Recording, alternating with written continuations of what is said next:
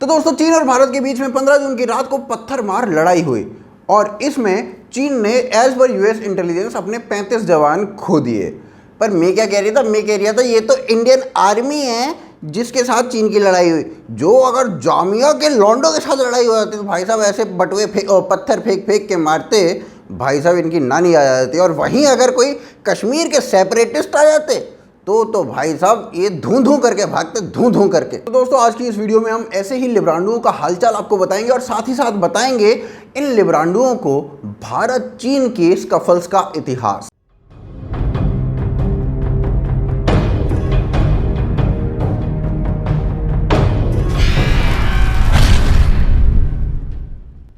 तो दोस्तों, चीन विस्तारवादी है, इस बात में किसी को कोई शक नहीं है। चीन का हर देश के साथ जमीन को लेकर एक विवाद है। मतलब it doesn't matter to them कि भाई उसका बॉर्डर उस कंट्री के साथ टच होता भी है कि नहीं होता है, पर हाँ विवाद है तो है। और जिन देशों के साथ इनका जमीनी विवाद नहीं है उन देशों को ये हड़प करना चाहता है लोन डिप्लोमेसी के जरिए। मतलब मोटी मोटी बात यह है कि चीन की सरकार पूरे विश्व को शुगर करना चाहती है, पर भारत की सरकार ने इनको इंसुलिन का इंजेक्शन लगा दिया जब 370 को भारत से हटाया गया। भारत की सरकार ने 370 को हटा दिया और उसके बाद लद्दाख को एक यूनियन टेरिटरी बना दिया।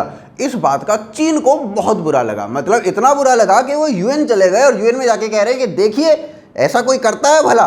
तो भाई यूएन ने भी कह दिया ये तो इंडिया का इंटरनल मैटर है, let them do whatever they want to do. चीन ने ऑफिशियली 370 के हटने और लद्दाख के यूनियन टेरिटरी बनने को अनएक्सेप्टेबल बताया था। पूरे विश्व में कोरोना फैल रहा था और वहीं चीन के प्रेसिडेंट अपनी आर्मी से मिलते हैं और कहते हैं जंग के लिए तैयार हो जाओ, और वो हो गए। चीन की आर्मी ने अपने पैर लद्दाख की तरफ फैलाने शुरू कर दिए और पिछले 1.5-2 महीने से वहां पर पकड़म पकड़ाई ढंग से चल रही है। 15 जून की रात को चीन और भारत की आर्मी के बीच में हैंड टू हैंड कॉम्बैट लड़ाई हुई। इस लड़ाई में आयरन रॉड पत्थरों का इस्तेमाल हुआ, बंदूकों का, गोलियों का नहीं। फिर 16 जून की सुबह जब देश जागा तो देशवासियों के सामने एक खबर थी और खबर ये थी कि भारत के 20 जवान वीर गति को प्राप्त हो गए और ये मानो लिब्रांडुओं के लिए एक सोने की खान थी। द टेलीग्राफ के मुख्य पृष्ठ पर लिखा गया बालाकोट फुल ब्लास्ट, चाइना चुपचाप। टेलीग्राफ में ही दूसरी जगह लिखा हुआ था हमारे घर में घुसकर हमें ही मारा। फिर इसी टेलीग्राफ में आगे लिखा हुआ था डेडली प्राइस फॉर डिनायल। वहीं सागरिका घोष ने एक ट्वीट लिखा और उस ट्वीट में उसने 2 हेडलाइन शेयर करते हुए कहा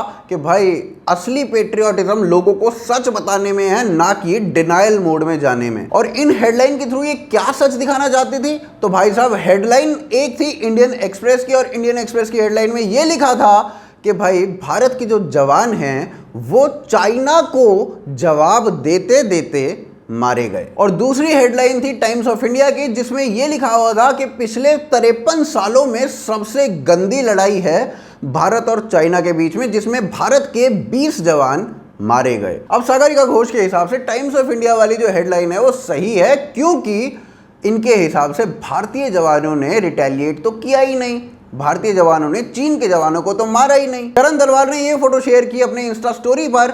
समझ में नहीं आ रहा था कि ये मोदी को मॉक करना चाह रहे हैं या भारत को। और उधर से राहुल गांधी और सोनिया गांधी, अब भैया एंटोनियो नहीं बोलूंगा, FIR हो जाती है। हाँ, तो राहुल गांधी और सोनिया गांधी ने बोला कि भाई चाइना ने भारत की धरती हड़प कर ली, उस पर कब्जा कर लिया, और मोदी चुप बैठे हैं।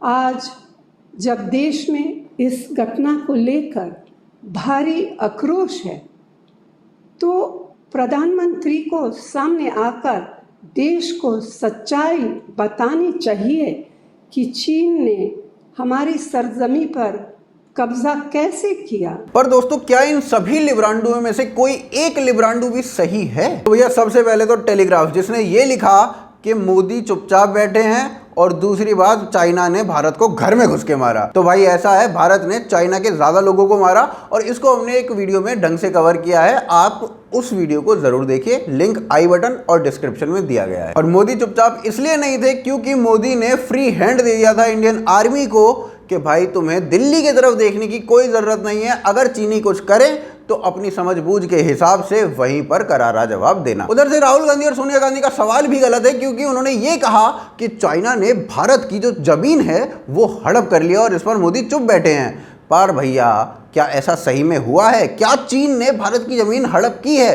तो भैया अभी तो नहीं की, हाँ किसी और जमाने में की है, वो हम आगे डिस्कस करते हैं। अगर आपको जानना है कि भाई अभी कितनी जमीन हड़प की है कितनी नहीं की है, तो भाई मैं आपको एक लिंक डिस्क्रिप्शन में दे रहा हूं, जाके तसल्ली से पढ़िए। वैसे राहुल और सोनिया गांधी की जानकारी के लिए मैं बता दूं कि भाई कांग्रेस को 370 के हटने का उतना ही दुख था जितना चाइना को था। चाइना को जितना दुख लद्दाख के यूटी बनने का था, उतना ही दुख कांग्रेस को भी लद्दाख के यूटी बनने का था। और भाई साहब ये तो 370 के हटने को भारत का इंटरनल मैटर ही नहीं मानते थे, क्योंकि आप कहते ये इंटरनल मैटर है, हो गया। आपने एक स्टेट को मतलब बाइफर्केशन कर दिया, हो गया।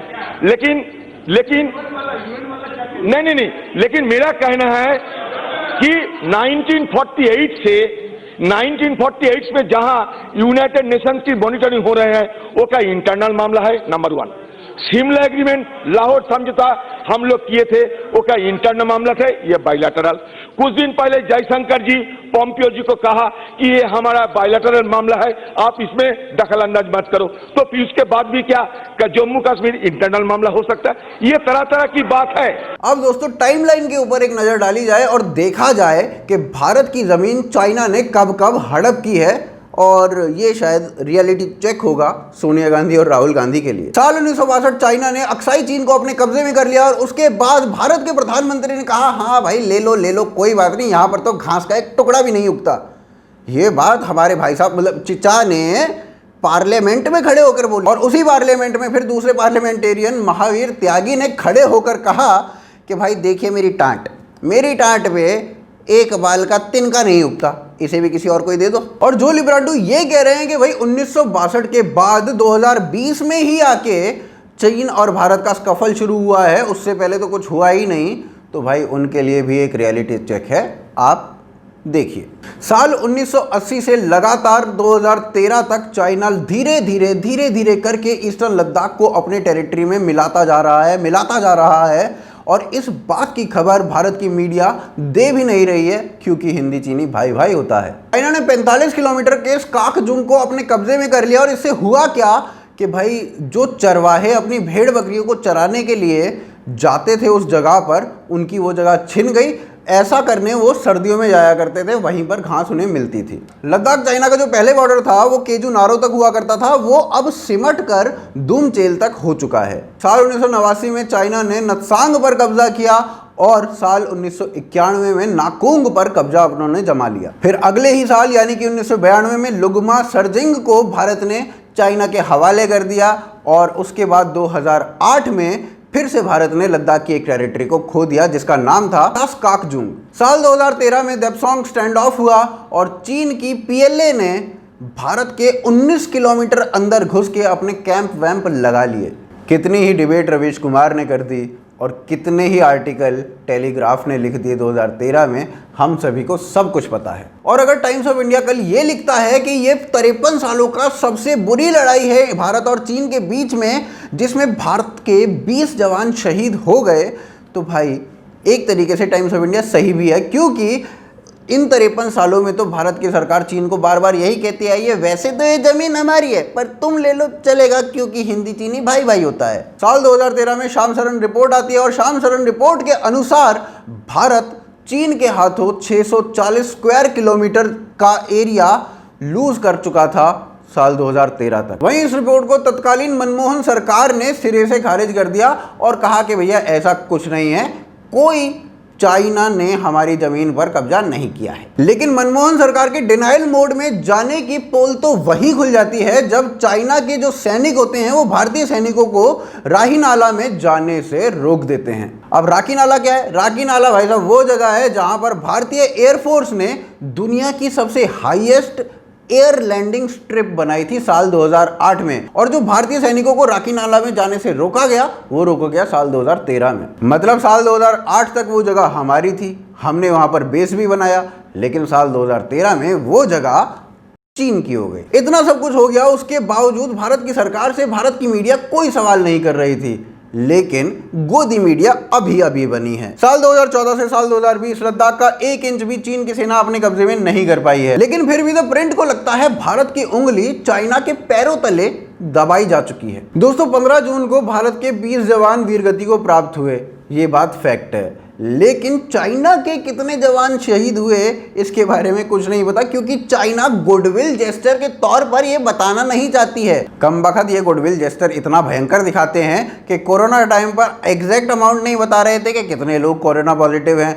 कोरोना के टाइम पर इतना गुडविल जेस्टर इन्होंने दिखाया कि उन्होंने यही नहीं बताया कि कोरोना भी कुछ है या ये संक्रमण से फैलती है। भाई साहब इतना गुडविल जेस्टर ना ही दिखाओ तो ही बढ़िया है देश के लिए, दुनिया के लिए। अब भाई चीन के कितने लोग मरे इसके लिए आप डिस्क्रिप्शन में वो वीडियो जरूर देखिएगा, उससे थोड़ी सी क्लैरिटी तो मिल जाएगी। बाकी चाइना माउथपीस ग्लोबल टाइम्स और उसके एडिटर कल से ही लगे हुए हैं कि भाई इंडिया वालों प्लीज़ हमारा बॉयकॉट मत करो, प्लीज़ हमारा बॉयकॉट मत करो। साथ ही साथ वो पीस की बातें कर रहे हैं, साथ ही साथ वो कुछ इस तरीके से दिखा रहे हैं जैसे उनके काफ़ी सैनिक शहीद हुए हैं। तो दोस्तों इस वीडियो से आपको समझ में आया होगा कि चाइना ने किस कालखंड में भारत की कितनी ज़मीन हड़प की है। आप वीडियो को लाइक कीजिए, कमेंट करके बताइए वीडियो कैसी लगी। हमें पेट्रियन और ज्वाइन बटन के थ्रू सपोर्ट कीजिए, दोनों ही के लिंक पिन कमेंट और डिस्क्रिप्शन में दिए गए हैं। ट्विटर, फेसबुक, इंस्टाग्राम, टेलीग्राम पर आप हमें सपोर्ट कीजिए। आप देख रहे हैं आज की ताज़ा खबर। जय हिंद, जय भारत।